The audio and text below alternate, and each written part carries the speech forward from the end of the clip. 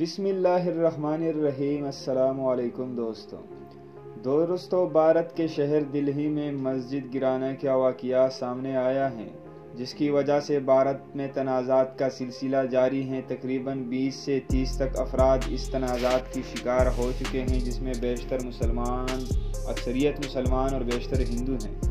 دوستو، بھارت کے شہر دلہی میں ایک مسجد کے مینار پر چڑھ کر مینار سے مائک اور سپیکر وغیرہ گرا دیے گئے اور اس پر انتہا پسندوں کا جھنڈا گاڑ دیا گیا، اور اس کے بعد بھارت کا قومی پرچم بھی اس پر گاڑ دیا گیا اور پھر نیچے آ کر مسجد کو آگ لگا دی گئی۔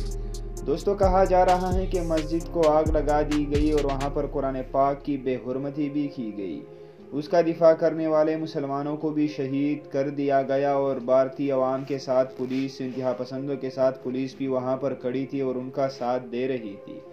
دوستو، بھارت کا گھناؤنا چہرہ پوری دنیا کے سامنے آ چکا ہے۔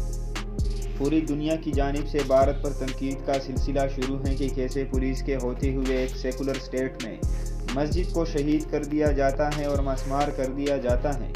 دوستو، کہا جا رہا ہے کہ بھارتی اس مسجد کو شہید کرنے والوں کا بھی برا حال ہوا ہے۔ کہا جا رہا ہے کہ جن کا مسجد کی شہادت میں پہلا کردار تھا، وہ جب پیٹرول گرانے کے لیے آگے بڑھے تو پیٹرول کے چینٹے ان پر بھی گر چکے تھے۔ جیسے ہی انہوں نے آگ لگانے کی کوشش کی تو وہ بھی اس آگ میں جلس گئے۔ تقریباً کہا جا رہا ہے کہ 2-3 افراد کا آدھا جسم پوری طرح سے جلس چکا ہے اور ان کو اسپتال میں زیر علاج کر دیا گیا ہے۔